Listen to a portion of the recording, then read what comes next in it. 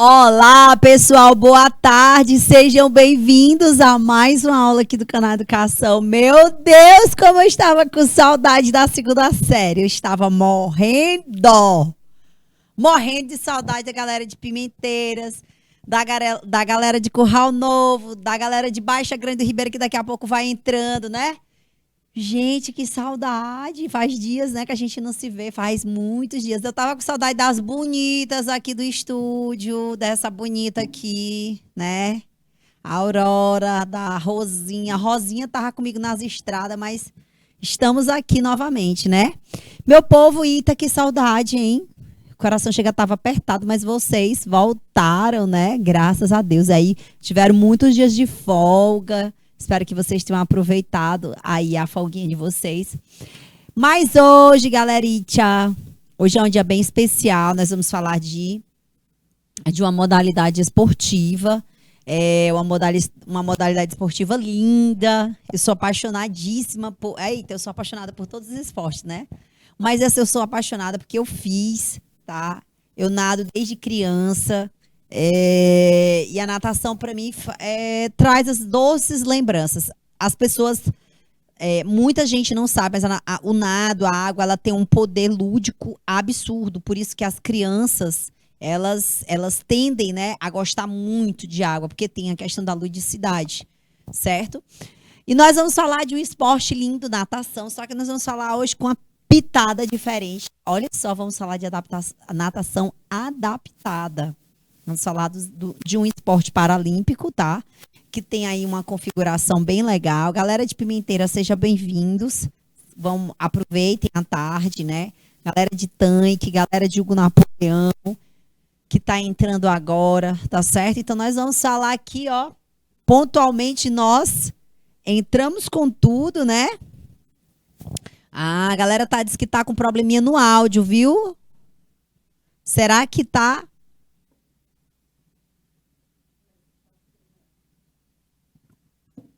Galera de Pimenteiras, provavelmente aí na sala de vocês, tá certo? Nós vamos falar de natação adaptada.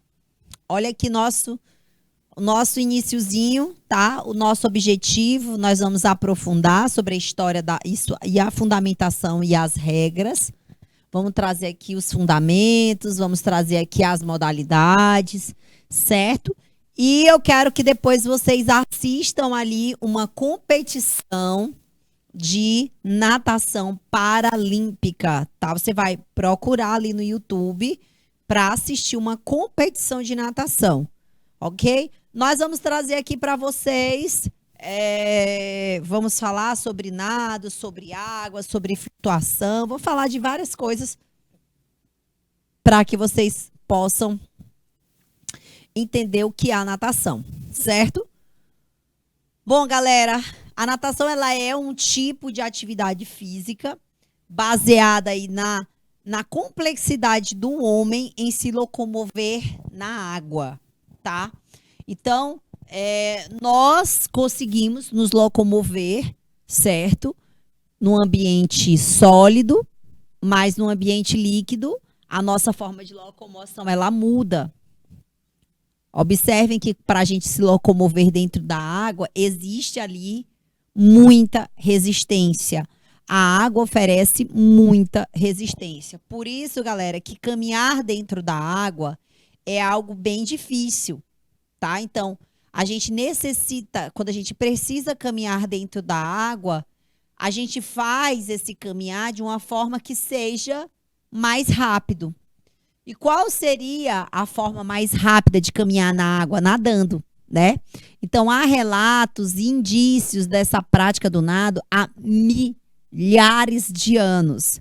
Milhares. E eu digo para vocês que, com certeza, o homem primitivo, ele nadava, né? Ele caçava, ele precisava nadar. Então, eu considero sendo uma prática extremamente primitiva. Porque imagina, o homem primitivo, ele imitava ali os animais. Ele imitava a forma do animal, ele imitava a forma de sobrevivência também dos animais. E os animais, eles se deslocam dentro da água nadando, né? Se você nunca colocou um cachorro dentro da água, coloque. Ele faz o nado. Vocês vão me perguntar assim, ah, professora, mas eu já vi histórias, né, de cachorros que caem na água e morrem afogados. Afogados, né? Isso provavelmente, gente, é porque talvez ele não consiga sair da água, tá? E aí ele cansa e acaba se afogando. Assim como uma pessoa também. O afogamento, principalmente para pessoas que teoricamente sabem nadar, é mais por cansaço, né? É mais por cansaço. Mas existem N coisas. A gente vai falar sobre afogamento, ainda tem muita aula por vir, né? Ainda tem mais aí de 50 minutos de aula. Então, galera, mas como apareceu a natação mesmo como esporte? Quando foi que aconteceu? Então, aqui por volta aí do século XIX, nós tivemos ali as primeiras competições oficiais, né? Ela está presente nas Olimpíadas da Era Moderna. Então, natação como esporte olímpico, ele chegou aí na primeira edição das Olimpíadas da Era Moderna, em 1896, tá? Passando aí por uma grande evolução por todo o seu processo histórico, tá? Então, assim como diversas modalidades esportivas, a natação ela passa aí por vários e vários processos históricos, várias modificações históricas também, modificações no seu comportamento. Certo, galera? Agora, bora ver aqui um pouquinho sobre a história da natação. E aí eu queria que vocês, né, que a galera que tá aí, pimenteiras. Será que o áudio já voltou aí para a galera de pimenteiras?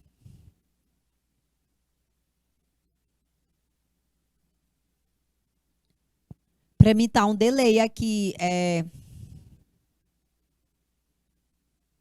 Pois é, tá com muito delay.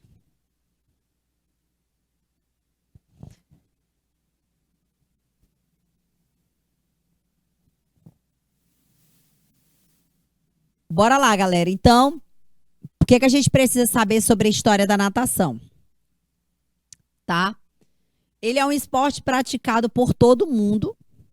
Além do condicionamento físico, é uma modalidade que traz muitos benefícios, tá? Muitos benefícios. As pessoas, durante muitos anos, consideraram a natação como a melhor, né? Como a melhor atividade física que existia. Eu não sei se vocês ouviram isso uma vez na vida, mas eu ouvia muito isso quando era criança. O melhor esporte para a criança se desenvolver, as pessoas diziam natação.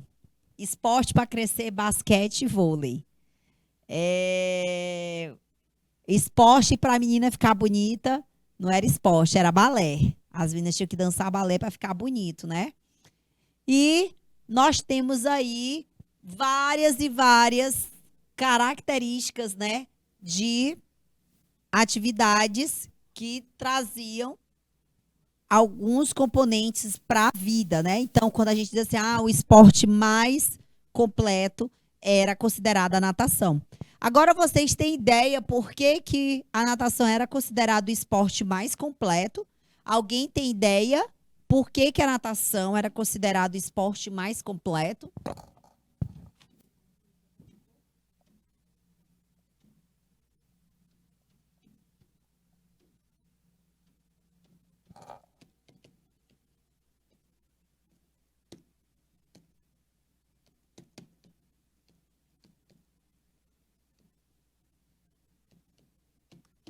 Porque a natação era considerada o esporte mais completo? Porque a natação é completa. Alguém pode me dizer? Deixa eu apagar aqui que ficou estranho, né? Muito borrado.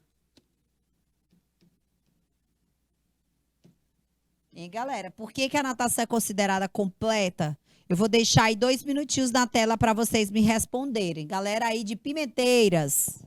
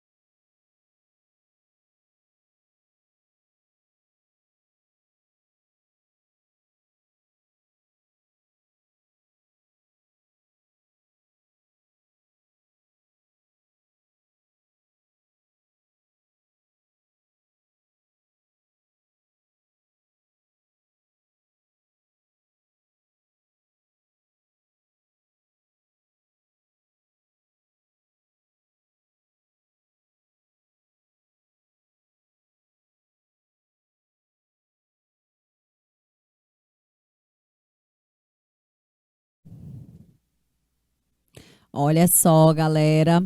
Bora ver por que que a natação ela era considerada completa, né? Existia realmente toda aquela complexidade das pessoas analisar a natação, porque é algo que mexia braço e perna para a locomoção, né?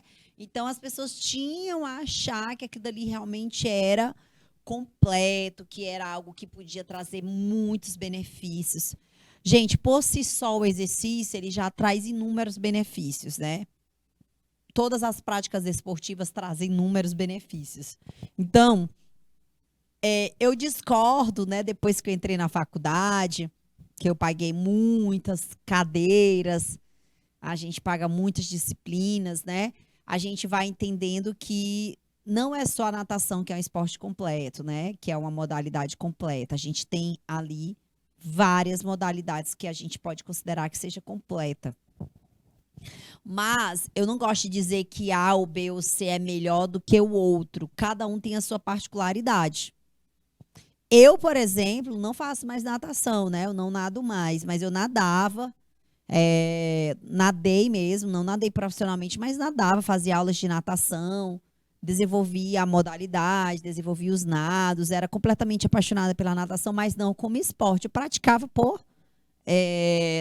quando eu fui para natação, quando eu fui para melhorar minha técnica de natação, eu já nadava, né? Eu nado desde criança, como eu falei para vocês. E isso é uma modalidade que realmente fazia parte da minha vida, sempre fez parte da minha vida e eu só queria aperfeiçoar isso. Mas hoje eu particularmente eu acho que existem outras modalidades que são bastante interessantes, né? Não dizendo que A, B, C ou D é melhor, né? Mas em relação a benefícios, aptidão física, capacidades respiratórias, resistência, aí a gente tem outras variantes, outras variáveis aí que a gente pode considerar como, teoricamente, melhor, né? Para obtenção, por exemplo, de massa muscular, a natação ela não é ideal. Para ganhar massa muscular, não. O que seria ideal para ganhar massa muscular? Musculação, né? Então, aí a gente vai tendo que avaliar, colocando na balança os pontos, né, que você quer realmente alcançar e tudo. Mas, por essa questão muito lúdica, né, que a gente falou da água, a água tem esse poder lúdico, as crianças amam água, né? É um negócio, é um fascínio. As crianças amam de verdade isso, né? E não é, como é que eu posso dizer, isso não é ruim, tá certo? Yara, o pessoal de Tanque colocou a mensagem no chat, certo? Então, galera, como esporte, né, como eu falei para vocês, ela surgiu ali no final do século XIX, tá? Principalmente ali na volta, ali no início das Olimpíadas da Era Moderna, ok? Então, gente, quando a gente fala de história da natação, a gente vai levar essa história mesmo da natação como modalidade para antiguidade, certo?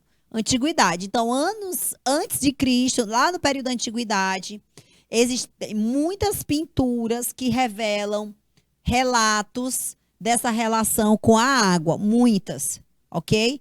Então, essa natação, o nadar, ele possibilitou exatamente a sobrevivência do homem, principalmente em relação a afogamentos, em relação a travessias de lagos e rios, em relação a enchentes, quedas em rios, afogamentos, né? Então, na pesca também, no caso, para necessidade de pesca, a gente precisa saber nadar, não é? E uma coisa que eu falo sempre, né? Por que se deve aprender a nadar, né? A gente vai já trazer essa questão também, porque a necessidade do nado. Então, gente, na Grécia Antiga, lá no período ali do Império Romano, era fundamental que os guerreiros soubessem nadar, tá? É importante, lógico. Imagina um atleta, um soldado, um militar não saber nadar. Inclusive, gente, faz parte ali dos testes físicos de algumas modalidades esportivas a necessidade de natação, certo? Existe ali alguns atletas que necessitam dessa condição para ser um bom soldado, um bom guerreiro, principalmente, né? Principalmente a Adriel, que está falando aqui conosco, né? Adriel, principalmente soldados de primeira linha, né? Que são os soldados de fronte, os soldados da frente. Esses soldados, eles estão ali numa situação de guerra, eles precisam se locomover, certo? Precisa entrar dentro de rio, precisa entrar dentro de lagos, por questão de sobrevivência. Então, galera, a natação ela é mais do que imprescindível, né? Exatamente. A Adriana tá falando aqui, até porque você morre fácil, né? Morre muito fácil. Muito fácil, né? Galera, e na Idade Média, exatamente porque o corpo ele vai perdendo força, porque há uma crítica bem forte na Idade Média, a gente já falou sobre Idade Média. Idade Média, gente, é um período, na Antiguidade o corpo era tudo, né? O corpo era tudo na Antiguidade. Porém, na Idade Média, pós-Antiguidade, esse corpo ele vai entrar, não vai entrar em desuso, mas ele vai ser apagado por um tempo. Então, na noite longa de 1000 anos, a longa noite de 1000 anos, a Idade Média é uma longa noite de 1000 anos, ela simplesmente houve um blackout para o corpo deixou de existir, né? E todas as práticas que estavam relacionadas ao corpo, ela decresceu. Porque houve uma necessidade desse corpo de apagar essa visibilidade do corpo, das práticas corporais. Então, na Idade Média, esse corpo ele precisou ser apagado. E ele volta depois no Renascimento, ok? Então, a natação, com o Renascimento, né, volta às necessidades corporais. Elas nunca deixaram de existir, mas a igreja oprimia, a igreja não deixava. Então, o Renascimento, exatamente por essa virada aí, o corpo ele volta a ser alvo, tá? E a natação volta a ser praticada. Isso já no Renascimento. Agora, olha aqui, galera. Nicholas Winman escreveu o primeiro livro sobre o tema. O livro foi intitulado O Nadador, ou A Arte de Nadar. E é um diálogo, tá? Que traz aí o tema da natação, 1538. Ele traz as perspectivas dessa natação. Galera, as primeiras competições de nado aconteceram aí em Londres em 1837. E em 1874, eles publicaram consolidação, tá? Das primeiras regras da natação. As primeiras regras foram trazidas aí em 1874. 1896, os primeiros Jogos Olímpicos da Era Moderna, a natação já fazia parte, ok?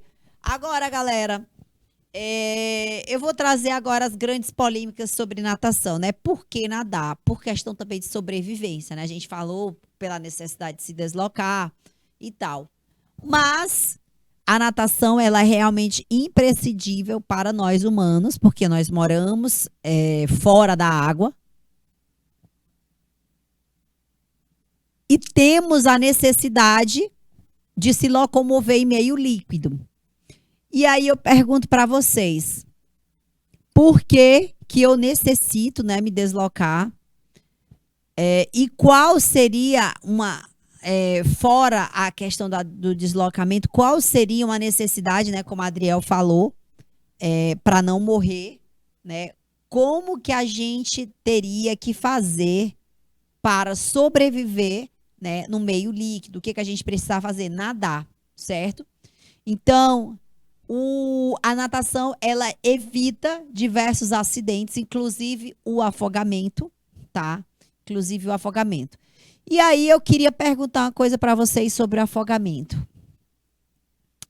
Vocês conhecem alguém que quase já se afogou? Ou vocês conhecem alguém que já se afogou em águas, né? Aí vocês vão me perguntar, águas tem o afogamento de água doce e tem o afogamento de água salgada. Certo, galera? São dois tipos de afogamentos fisiologicamente diferentes, ok? Então, galera, você conhece alguém que morreu afogado? Ou você conhece alguém que quase sofreu afogamento? Eu vou deixar aí 2 minutinhos na tela para vocês me responderem.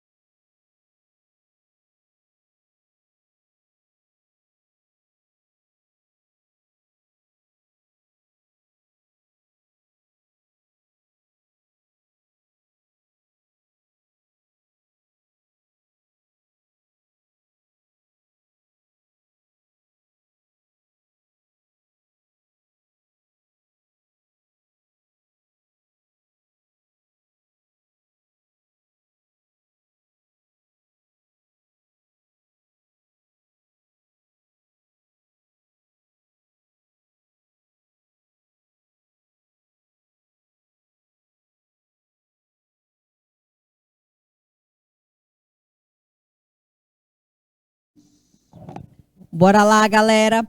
Então, galera, existe realmente uma diferença fisiológica, né, do afogamento de água doce e afogamento de água salgada, tá? Mas eu perguntei para vocês, né, se vocês conheciam alguém, Gleucimaria, né? E a Lilia Souza, Gabriela Sobreira, seja bem-vinda. Galera, existe realmente uma diferença, né, do afogamento de água doce para água salgada, eu vou explicar para vocês. Mas eu perguntei, né, se vocês conheceram alguém que já passou por um sufoco desse de afogamento, né? Eu sempre morei em locais que tinha piscina e sempre tinha piscina, tinha riacho e logo eu aprendi a nadar e aprendi a nadar com muita facilidade, né? Porque eu sempre fui meia destemida, eu nunca passei nenhum sufoco com água. E os meus filhos também, quando chegaram, quando eu comecei a ter filhos, né? Tive um, depois tive o outro. Eu priorizei o aprendizado da natação muito rápido, muito cedo. Minha filha, em 3 aninhos, já sabia nadar. Por que que isso é importante? Por que que isso é irrelevante? Afogamento mata, né? A gente sabe que o afogamento, as pessoas morrem. E é extremamente perigoso a gente colocar crianças perto de situações de água. Não só criança, adulto também morre afogado.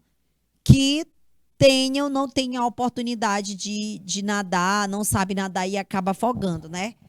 Muitas das vezes, gente, o afogamento às vezes acontece por desespero, certo? Por desespero, e eu vou contar aqui vários episódios em relação a isso. E eu tenho situações, assim, bem tristes, inclusive, na minha família, de afogamentos, né? Na casa do meu esposo, os dois primos dele morreram afogados no mesmo dia. Então, é uma coisa que a gente sempre buscou e assim, água, galera, água, água. Infelizmente, como diz o ditado, não tem cabelo, né? Não tem como a gente se agarrar, não tem como a gente se segurar, né? E precisa realmente a gente ter bastante cuidado com as práticas em água. O único lugar, teoricamente, que a gente acha que poderia ser seguro seriam as piscinas. Mas piscinas trazem também risco, principalmente se tiver uma piscina com bomba para sugar, né, os resíduos ali e ejetando água, né? Esses locais, eles são um pouco mais perigosos também. Então, galera, basta poucos segundos para acontecer o afogamento, tá? O afogamento é exatamente a entrada de água para dentro das vias respiratórias. E a partir do momento que há uma entrada de água nas vias respiratórias, dentro dos alvéolos pulmonares, onde é para circular somente sangue, eles vão ter ali, em determinadas situações do afogamento de água salgada e água doce, vai haver diferentes ações ali nos alvéolos, certo? Então, galera, o que que eu preciso saber, né? Professora, quer dizer que vai morrer só em água doce? Não, em água salgada também morre, gente. Só que a causa-morte ela é diferente, apesar de ser afogamento, mas a fisiologia do afogamento de água salgada é diferente da água doce, que eu não vou explicar para vocês porque é bastante tenso. Mas o que que a gente precisa saber? Primeiro, que a gente precisa somente entrar em águas que a gente tenha visibilidade, tá? É super importante essa informação. Ah, professora, mas eu gosto de banhar no rio. Gente, banhar no rio é muito complexo, né? E quando eu digo assim, visibilidade, é que a gente tenha noção de que não haja buraco ali. Águas muito turvas, elas escondem crateras. Elas escondem crateras e aí a gente pode cair dentro de buracos. E dentro desses buracos, né, você pode ficar embaixo tendo redemoinho e você não conseguir voltar, certo? Com mar, qual seria o problema de nadar no mar? Primeiro, existe correnteza no mar, assim como existe correnteza no rio. E o mar pode te jogar para mais longe, para mais longe, para mais longe. E lembra no começo da aula que eu falei que alguns animais eles morrem porque eles cansam, né? O adulto também, uma pessoa grande também, pode cansar, o humano pode cansar de nadar e não conseguir chegar à praia. Por quê? Porque você está nadando ali com uma correnteza. E mar extremamente forte, ele não é aconselhável você entrar. Porque você não consegue vencer ali a correnteza e você pode ir para mais longe, mais longe, mais longe, mais longe. E eu falei que eu tinha uma história para contar para vocês. Eu comecei contando, né? Boa tarde a Cileia aí, que acabou de entrar, né? Eu comecei a aula falando, né, que eu nado desde criança, né? E um dia eu fui fazer um esporte, kitesurf, né? Eu fui fazer kite. Eu estava nas minhas primeiras aulas. O kite, gente, é uma modalidade que requer de você que você saiba nadar, porque você vai entrar dentro do mar, né? Então, quer que você saiba nadar. E aí eu fui fazer minha aulinha de kite, tá? Eu tava com o meu professor. E eu derrubei o kite, para quem não sabe, é uma pipa, não é uma vela, é uma pipa e tem uma prancha. Eu não estava com a prancha nesse dia, eu ainda estava só com a pipa para pegar a noção da manobra. Aliás, eu estava com a prancha e a pipa. E aí eu derrubei a pipa várias vezes, né? Eu derrubei 3 vezes. Aliás, eu derrubei e tentei levantar 3 vezes e não conseguia. Só que eu estava com o meu professor, estava com ele e tal. E na hora que eu derrubei a pipa 3 vezes, se eu não consegui levantar, eu entrei em desespero. Eu comecei realmente a um processo de afogamento. E aí, nessa hora que eu comecei a afundar, eu estava afundando também o professor. E ele me gritou na hora, sabe? Ele gritou comigo e disse assim: para, você sabe nadar, calma, que eu vou conseguir levantar o kite. Eu comecei a ficar desesperada. Gente, não estava muito longe, né? Não era uma coisa surreal de longe, mas eu já estava longe da praia. E eu afundava e não triscava mais os pés no chão. Mesmo sabendo nadar, eu entrei em desespero. E o que, que eu tô querendo dizer para vocês? Água, a situação do medo, ela é sufocante, né? Então, o fato de eu saber nadar, eu sabia nadar, eu tinha experiência com mar, eu tinha experiência com água, mas eu fiquei apavorada com o simples fato de não estar colocando o pé no chão. É porque todas as piscinas, por mais fundas que eu tivesse, é, por mais funda que fosse, eu sempre colocava o pé no chão, né? Mas dessa vez eu não conseguia colocar o pé no chão e eu acho que eu estava com tanto medo de animais, eu também tenho medo de animais grandes, né? Porque eu já vi perto de mim passando, tubarão não, mas já vi peixes grandes passando e eu fiquei com um pouco de medo, né? E aí nessa hora, galera, eu confesso para vocês que bateu desespero, aí o professor conseguiu levantar o kite, a gente saiu. Mas eu confesso para vocês que essa sensação, o afogamento, muitas das vezes é desespero também, né? Ah, o Adriel tá perguntando se você não nadar no mar, você corre algum risco? Corre sim, você afoga do mesmo jeito. Do mesmo jeito e é bem rápido, viu? Afogamento do mar também é bem rápido. Não tem demora nenhuma. E talvez seja até mais rápido do que do rio, porque você vai pegando onda, onda, onda, onda. Se você pegar uma quantidade de ondas muito grande e você não conseguir se recuperar, você pode se afogar só com as ondas, né? Com a batida das ondas. Ok, galera? Então, a água não é brincadeira, né? Não se arrisque a nadar. Outra coisa, não se arrisque a nadar só. O ideal é sempre que tenham pessoas próximas. Crianças nunca, mesmo que saibam nadar, não devem entrar em piscina só.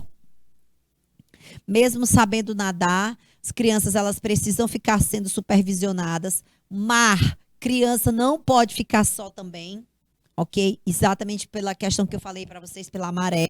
Existe maré e a maré leva de verdade, tá bom? Então tem que ter bastante cuidado. Em 1873, galera, o inglês John Truden, ele desenvolveu uma nova técnica, tá? Que consiste nas rotações laterais, que é chamado de nado crawl. E essa movimentação dos dois braços na água, promovendo a principal forma de deslocamento, ela foi batizada, né, de overarm stroke, que foi desenvolvida, né, aperfeiçoada ali depois pelo australiano Richard Cavill e posteriormente transformou-se no nado crawl, que é o famoso nado livre, tá? Galera, essa troca, né, do nado, principalmente essa rotação lateral do tronco, é chamado crawl, ok? Em 1930, gente, os nadadores norte-americanos, eles já durante as competições atentaram, né, na realidade, para essa movimentação dos braços sobre a água, tá? E eles começaram a ver a regra do nado peito, o que que eles poderiam fazer. Então, eles começaram a desenvolver aí o movimento dos braços sobre a superfície da água, começaram a fazer esse deslocamento, tá? E a manobra, gente, do nado peito ficou aí por mais ou menos 20 anos, até que em 1948, um húngaro transformou no nado borboleta, que hoje ele é reconhecido pela Federação Internacional, como o nado foi reconhecido, né, pela Federação Internacional em 1953 como um novo estilo de nado. Galera, nado borboleta. Nado borboleta é um nado extremamente difícil, é um dos mais complexos. Então, para quem vai começar a natação, o primeiro nado que a gente vai aprender é o livre, que é o crawl. Automaticamente, gente, quando a gente vê uma pessoa nadando, quem já nadou na vida sabe quando a pessoa sabe nadar ou não. Se faz o nado cachorrinho, se faz a cabeça levantada, se faz a respiração lateralizada. Tem diferença, tá certo, galera? Então, gente, os primeiros torneios aí aconteceram no século XIX, tá? Em 1958, 1858, tá? Foi campeão mundial aí de 400 jardas. Em 1869, a Inglaterra organizou o primeiro campeonato nacional e somente em 1877 os Estados Unidos adotaram aí as competições oficiais do New York Athletic Club, tá? E depois isso foi se fortificando. E em 1908, durante as Olimpíadas de Londres, foi fundada aí a Federação Internacional de Natação. Olha só, galera, foi nas Olimpíadas de Londres, 1908, que fundaram aí a famosa FINA, né? Que é a Federação Internacional de Natação, ok? A federação, ela comanda não só as provas, tá? Como todas as modalidades aquáticas, inclusive aí o nado, o polo aquático, nado sincronizado, salto ornamentais, que são modalidades especiais. Galera, mas nós temos aí nado sincronizado, polo aquático e saltos ornamentais. Eu quero que vocês me digam dessas modalidades que eu acabei de falar, qual delas é praticada somente por mulheres? Nós já falamos aqui nessa aula, com certeza. Em alguma hora eu já falei isso para vocês. Vou deixar aí um minutinho na tela para vocês me responderem. Qual dessas modalidades são praticadas só por mulheres?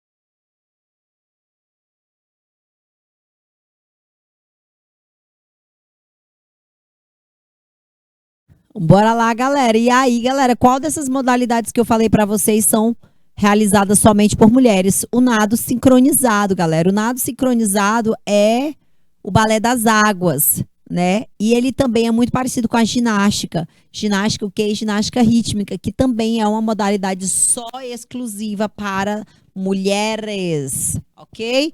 Então, galera, no Brasil, a modalidade ela ficou reconhecida oficialmente a partir de 31 de julho de 1987, foi fundada aí a União dos Regatas Fluminense, tá?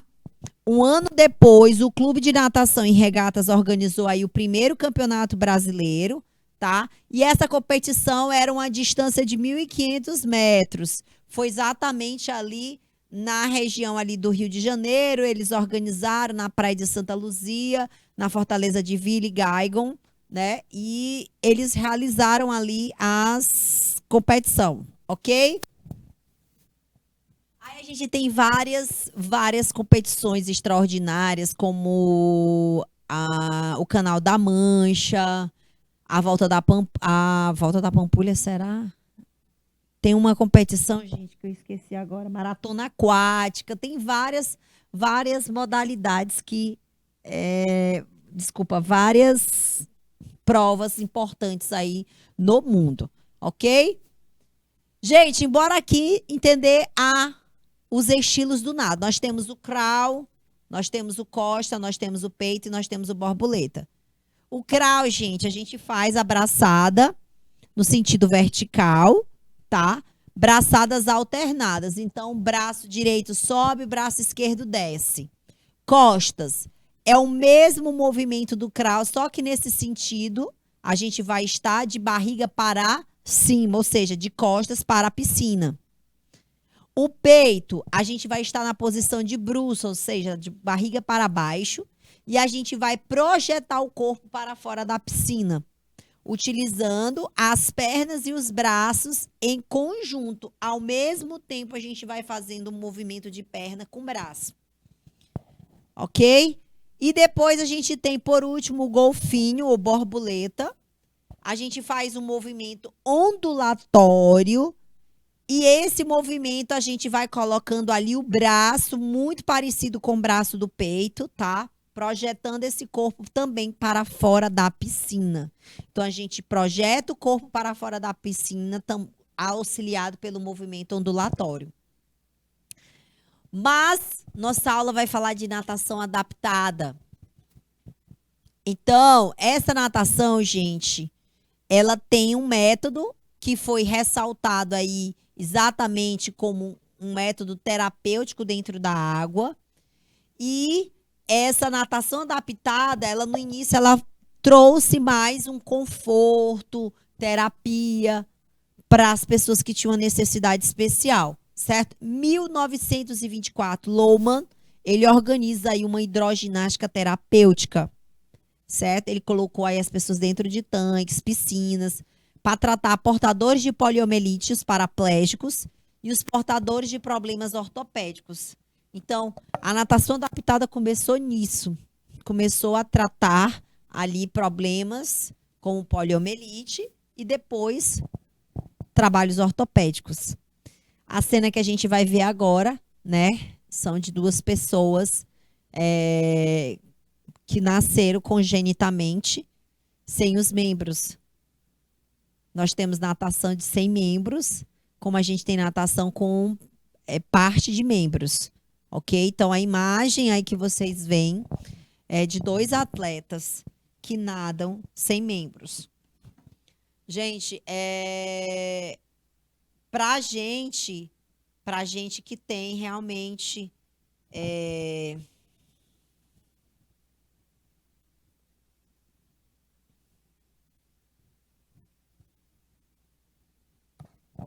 bora lá.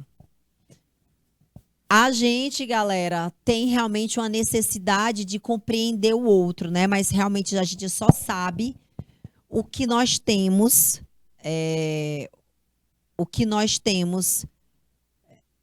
dificuldades nós temos, mas quando a gente vê a necessidade especial de uma outra pessoa, quando a gente encara essa necessidade como a necessidade de outra pessoa, a gente olha para essa necessidade, a gente vê quanto é mais fácil para a gente, né? Então, essas necessidades especiais, existe uma necessidade, uma classificação funcional. Então, de acordo com o período da ocorrência em congênitas ou adquiridas, a gente vai classificar a funcionalidade desses esportes. Então, existem as deficiências que as pessoas nasceram com elas, que a gente chama de congênitas. Elas vão acompanhar o indivíduo aí desde o nascimento. Agora também a gente tem as deficiências adquiridas, que são causadas por fatores externos, como acidentes, doenças, idade avançadas, né? Então a gente vai levando aí a diversas, vamos dizer, etiologias. Agora, galera, quanto à especificidade, ou seja, qual a forma da deficiência dessa pessoa, a gente pode classificar em 5 grupos. Deficiência mental, né? Física, motora, sensorial e múltiplas. Tá? Então, a gente tem ali as categorias: mental, física, motora, sensorial e múltiplas. A deficiência mental ela é caracterizada pelo funcionamento intelecto abaixo da média, que se origina no período do desenvolvimento.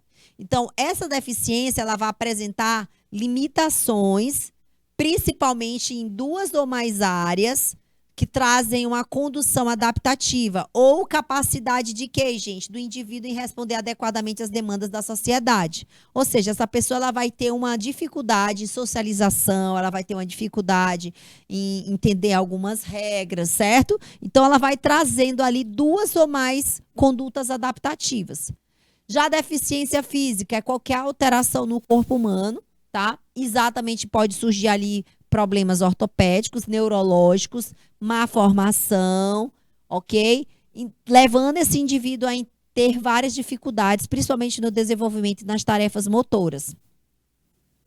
Deficiência motora, gente, é caracterizada pela dificuldade de locomoção e também realização de algumas atividades diárias devido à idade avançada.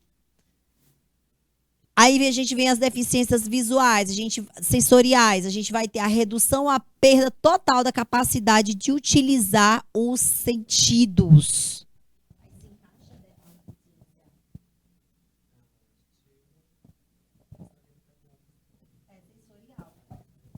Então, a sensorial, gente, está dividida em deficiência visual e auditiva. Essa deficiência, gente, é a redução ou a perda total dessa capacidade, né? Tanto de ver quanto de ouvir, ok? Então, a auditiva, ela perde, né, a condução de receber e perceber sinais sonoros. E a deficiência múltipla é quando apresenta mais de uma deficiência associadas, ok? Então, galera, a natação, ela vai estabelecer aí o grau de deficiências neurológicas, tá? Eles vão fazer uma avaliação, o atleta, ele passa ali para ser avaliado e dentro dessa condução ele vai ser classificado em diversos grupos e classes, ok? Então, o sistema que classifica é chamado de classificação funcional da natação, utilizando cálculos numéricos, tá? Definindo aí a capacidade locomotora, vai trazendo aí a necessidade de propulsão, vai entendendo que esses atletas têm capacidade de se locomover, mas entende também que ele vai precisar ali de alguns auxílios, né? Então, por isso que há a necessidade de avaliar esse atleta. Então, ele vai passar ali por vários testes. Ele vai ser avaliado dentro da piscina também. Ele vai fazer o teste de água. E a partir disso, gente, ele vai determinar ali a força muscular. Ele vai determinar o teste da coordenação, né? O que vai ser determinante. Ele vai determinar ali os pontos de mobilidade articular, o que ele perde, o que ele ganha. Vai medir o membro amputado, né? No caso de amputação ou de ausência de membro, por doença congênita, né, por deformação congênita. E o nadador, por exemplo, sem deficiência motora, ele vai atingir aí 300 pontos para as modalidades S, que é livre, costas e borboletas, e 130 pontos para braço, 100 pontos para pernas, 50 pontos para tronco, 10 pontos para a saída e 10 pontos para a virada. Então, para as modalidades SB, nado, peito, temos um total de 290. Aí vai 110 pontos para braço, 120 para as pernas, 40 para tronco, 10 pontos para a saída e 10 pontos para a virada. Gente, olha só, nós temos aqui um atleta, né, que teve amputação aqui de parte da perna dele, a gente pode visualizar.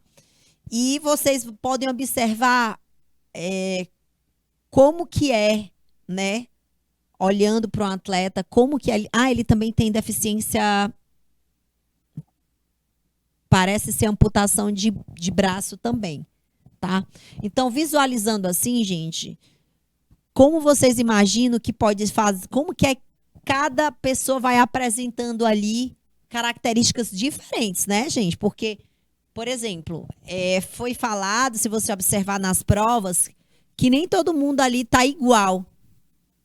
Não é tão igual, né? Tem diferenças ali nas suas, por exemplo, no nível das amputações, nas características, né? E a partir disso, minha gente, eu queria que vocês dissessem para mim qual a dúvida que vocês têm em relação a isso, né? Sobre as amputações, sobre essas dificuldades, o que que seria relevante tocar, né? Nesse aspecto que vocês têm dúvidas. Um minutinho só para vocês colocarem as dúvidas de vocês.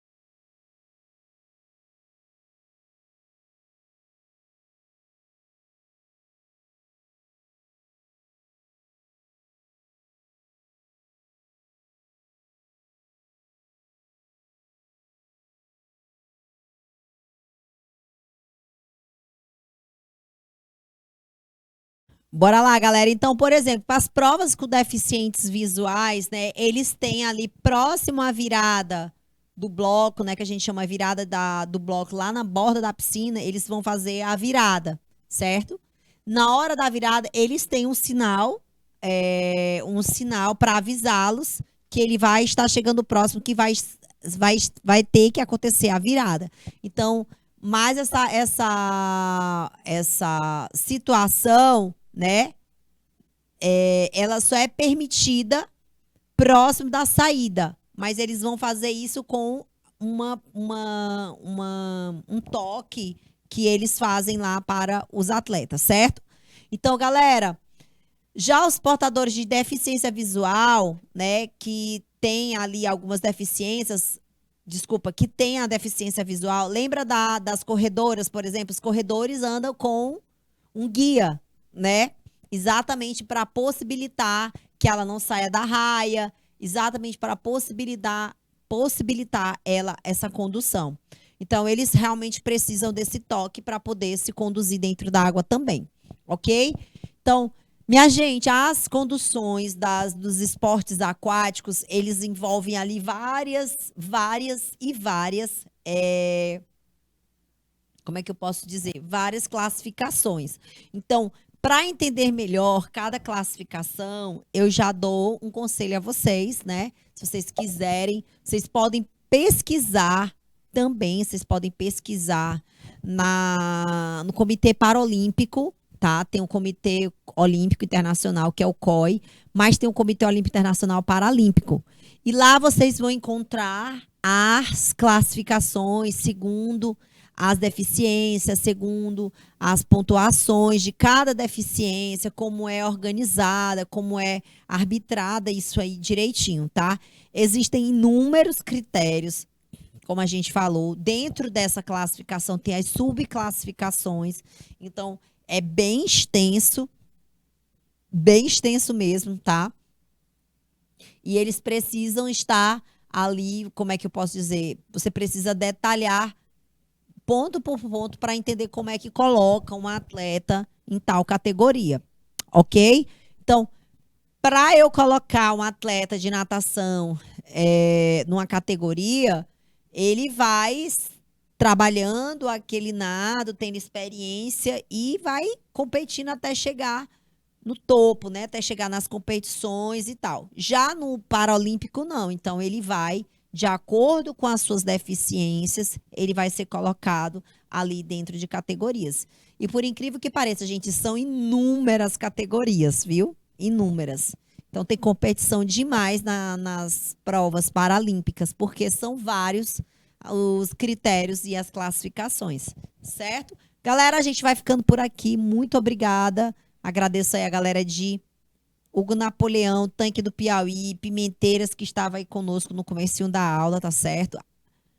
Adriel, Cileia, Ana Cristina, Gleuci Maria, Lilia, Gabriela. Boa tarde, a gente vai finalizando. Beijos e até mais, galera. Tchau, tchau.